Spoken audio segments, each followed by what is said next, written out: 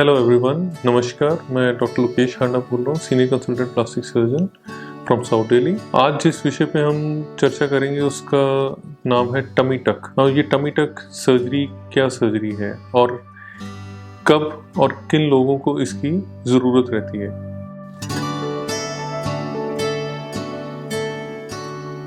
Basically ये जो tummy tuck है ये उन लोगों को ज़रूरत रहती है जिनका बहुत ज़्यादा वेट लॉस किया है। बहुत ज़्यादा वेट लॉस करने से, जैसे मान लो 30 किलो 40-50 किलो वेट लॉस किया उन्होंने, तो जो स्किन होती है टमी एरिया में, पेट के एरिया में, वो लटक जाती है। लटकती है तो नेचुरली अच्छा नहीं लगता कि लटकी हुई स्किन है। सो अब लटकी हुई स्किन को कैसे ठीक किया जाए, उसे सर्जिकली निकालना पड़ता है, काटना पड़ता है उसे। तो वो जो काटने की सर्जरी है that is called as tummy tuck. दूसरी किन लोगों को ज़रूरत रहती है, जैसे प्रेगनेंसी के बाद ज़्यादातर महिलाओं में जो स्किन होती है लूज़ हो जाती है, स्ट्रेच मार्क्स आ जाते हैं और अगेन वैसे ही लटकने लग जाती है। तो फिर अगर आपने प्रेगनेंसी के बाद अपनी बॉडी को शेप में लेके आना है तो उसके लिए हमें टमी टक की ज़रूरत रहती है। अब ये टमी टक में हम स्किन को कैसे काटते हैं, क्या प्रोसीजर रहता है, उसका क्या प्रक्रिया रहती है। इसमें सबसे पहले तो जो एक्सेस फैट होती है पेट में, तो उसको निकाला जाता है, जिसको हम लाइपोसक्शन करते हैं। लाइपोसक्शन मीन्स कि एक सर्जरी से जितनी एक्सेस फैट डिपॉजिट हुई है उस स्किन के अंदर, तो वो सारी फैट निकाली जाती है।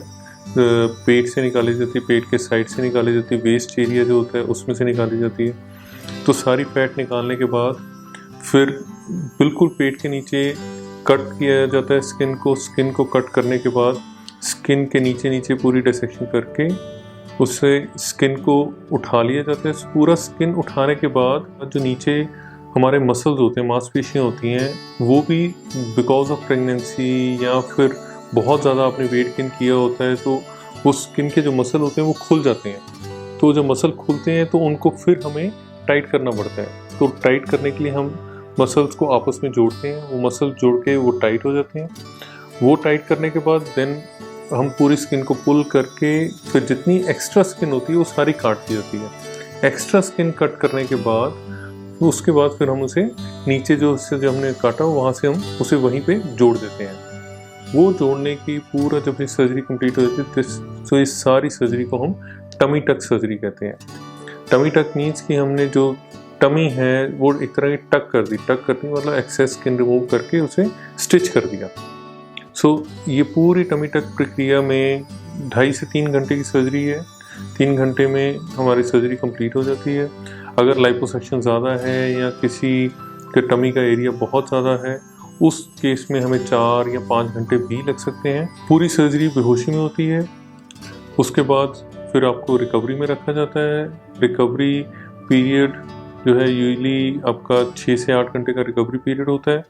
Sometimes it can be that आप ओवरनाइट हॉस्पिटल स्टे भी आपको करना पड़ सकता है और नेक्स्ट डे आपको हॉस्पिटल से फिर डिस्चार्ज कर दिया जाता है। डिस्चार्ज करने के बाद 3 से 4 दिन बाद आप वापस क्लिनिक में आके अपनी पट्टी खुलवाते हैं। पट्टी खुलवाने के बाद आपको प्रेशर गारमेंट पहनना होता है। दिस प्रेशर गारमेंट ये बहुत ज़रूरी है पहनना, सो दैट जो हमने बॉडी की शेप प्रोवाइड की है, दी है सर्जरी के बाद, वो रिटेन रहे और बाकी जो कुछ एक्सेस स्वेलिंग है और कोई फ्लूइड वगैरह ना एक्यूमुलेट हो, फ्लूइड अंदर इकट्ठा ना हो पेट के अंदर, तो उसको अवॉइड करने के लिए प्रेशर गारमेंट ज़रूरी रहता है। तो प्रेशर गारमेंट आपको कम से कम 1 महीने पहन के रखना पड़ता है 24/7। जो नॉर्मल रूटीन में काम करने वाले हैं वो आप 5 से 7 दिन के बाद आप स्टार्ट कर सकते हैं। धीरे धीरे करके आप अपनी एक्टिविटीज़ बढ़ा सकते हैं एंड 3 से 4 हफ्ते बाद फिर आप एक्सरसाइज शुरू कर सकते हैं। और वो जो एक्सरसाइज है बहुत ज़्यादा नहीं करनी है, वेट बहुत ज़्यादा नहीं लिफ्ट करने हैं, हल्की एक्सरसाइज करनी है और 1.5 महीने यानी 6 हफ्ते बाद आप फिर अपनी कंप्लीट एक्सरसाइजेज स्टार्ट कर सकते हैं।